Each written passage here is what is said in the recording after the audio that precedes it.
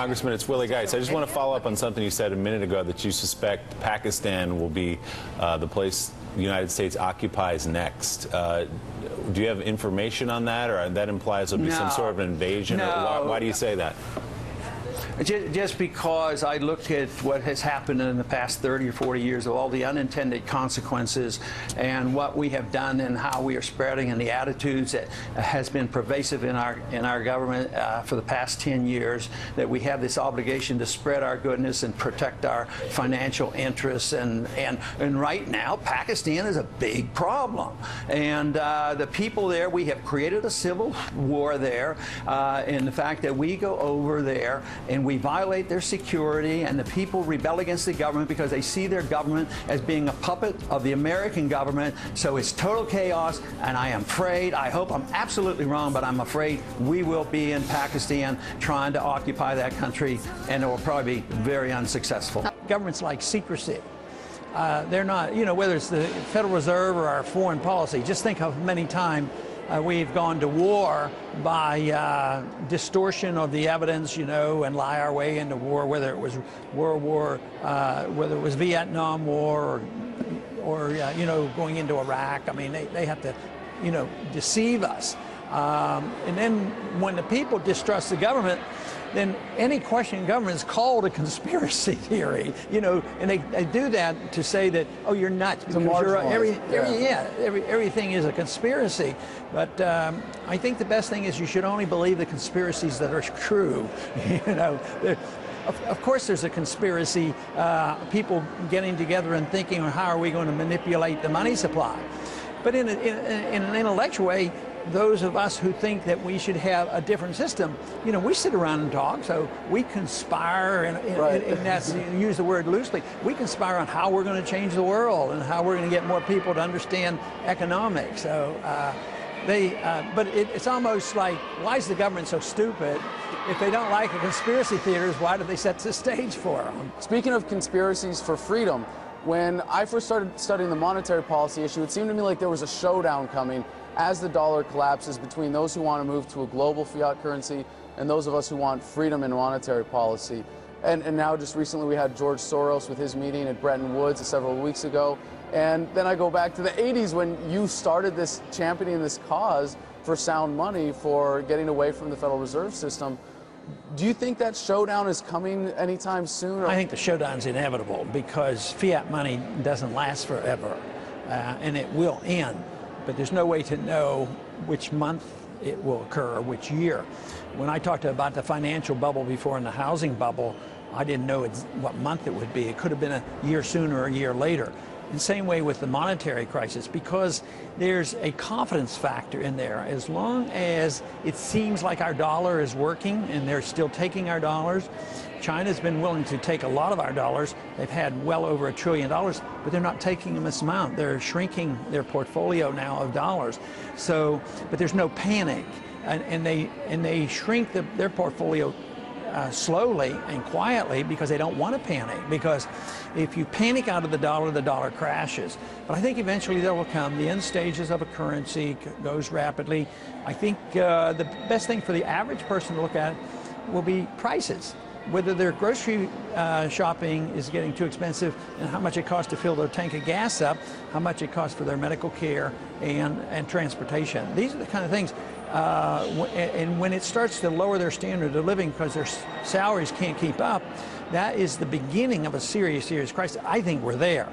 Now, how rapidly it will move in the next 12 months or so, I can't say that.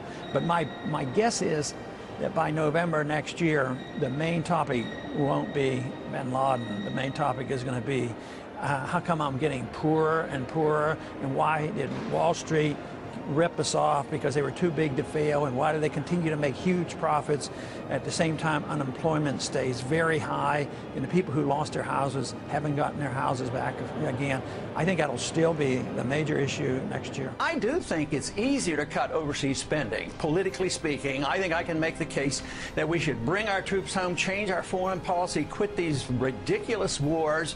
We would be safer and richer for it, and that's my argument. I think I could actually sell that politically certainly easier than saying, oh, okay, let's cut medical care for the elderly. That doesn't make any sense to me. Take, for instance, the war issue. I take a position which is not the conventional issue for the Republicans. Right. But 70% of the American people are sick and tired of the war, and they want us to come home from Afghanistan. First is, how would you get us out of the war? Because it seems to be an answer that has eluded everyone. How do we get out? That's what I mean. I would like to know, because I would like to get out, but I'd like to.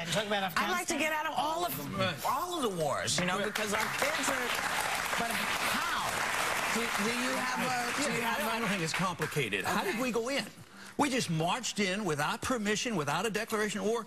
So a good president would just march home. They would just leave. To be fair to you, you said this about George Bush's war in Iraq also. You're very consistent. Both parties are war parties. Let's face it. That's what we have to admit. Why? Because it increases the economy. It's good for I don't know why. I don't know. It might even be a conspiracy, but it seems like the military-industrial complex controls both parties, because a lot of weapons are sold, and you always have to have an enemy. Think how many weapons have been sold already just bombing Libya. How many dollars do we have to spend getting more drones to drop the bombs on Pakistan? But it's both parties. That's why the people have to wake up. If they're tired of war, and they will eventually get tired of war, they're getting that way. But it'll be financial. It'll be bankrupt. Most empires end when they go into a financial crisis, and we're in the middle. We're starting it. I mean, we've had the bursting of the financial bubble. Now we're about to go into a dollar crisis. I don't support most programs because most programs are, as far as I'm concerned, technically unconstitutional unless I see the authority there. Just I address it like I address the war issue. Don't go to war unless it's a declared war, and the president can't do it. Well, I look to Article 1, Section 8, and I look for my authority, and if it's not there, I don't do it. And that's why I have to vote no a lot. You don't have a right to things and services. You have a right to your life. You have a right to your liberty. Yeah. And if you want good medical care, or if you want a healthy economy, you have to have a free market economy with sound money and good contract laws, and then there'll be great prosperity. But we have a system of corporatism now where business and governments are partners, and they rip us off, whether it's the military-industrial complex. In medicine today, both parties promote a form of medicine delivered by corporations, big drug companies, insurance companies, and that's why we have lousy care. If the Republicans and the interventionists are going to keep the war policy going, and the Democrats in the Senate are not going to cut Medicare, Medicaid, Social Security, we're going to have the third straight $1.4 or $1.5 billion deficit. How long do we go forward with these kinds of deficits before you have some international crash? Well, I think we're on the verge of it, and actually the national debt goes up faster than the deficit. So we were 1.7 last year, $1 trillion increase in the national debt. No, the timing is unpredictable, as most of us should realize, but the inevitability of continuing this kind of spending will lead to the crisis. And of course, I argued that this was the setting of the stage for many, many years, maybe decades, that we had embarked on this. And this should bring us all together. I mean, all spectrums, if they care about their country, that we ought to be talking about it. I have worked with the progressives, and I can get a lot of them to agree that deficits aren't that good, and they might want to balance the budget differently, but they know deficits are bad. And I think that, the foundation has been totally eroded out of the monetary system. It's the worst conditions this world has ever seen, because it's based on a fiat standard which is worldwide, and because of the internationalization and the communications we have today, it is worldwide. It's a worldwide bubble with these fiat currencies. Very, very vulnerable, and one day it's going to break loose, and maybe it could be next week, next month, or next year, but it will come, and people have to realize that. So when people say, oh, we can't cut this and we can't cut that, but what if they knew that if in a year from now there would be nothing functioning because the dollar doesn't work? That is much, much worse.